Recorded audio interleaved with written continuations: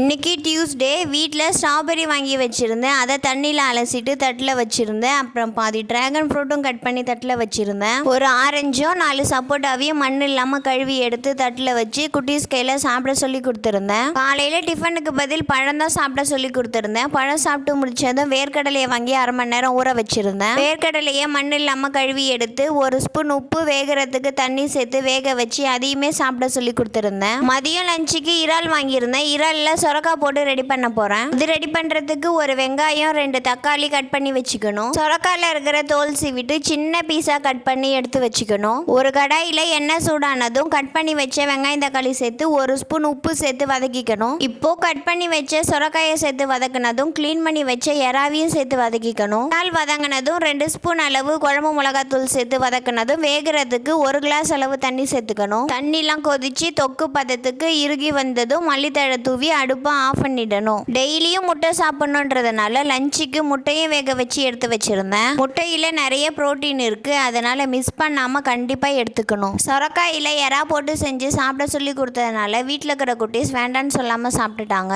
Ready பண்ணியிருந்த இறால் சொரக்காய் தொக்க வெறும் சாதத்தோட பிசைஞ்சு சாப்பிட சொல்லி கொடுத்துருந்தேன். என்ன லஞ்ச் ரெசிபின்னு நெக்ஸ்ட் வீடியோல பார்க்கலாம். தேங்க்யூ ஃபார் வாட்சிங்.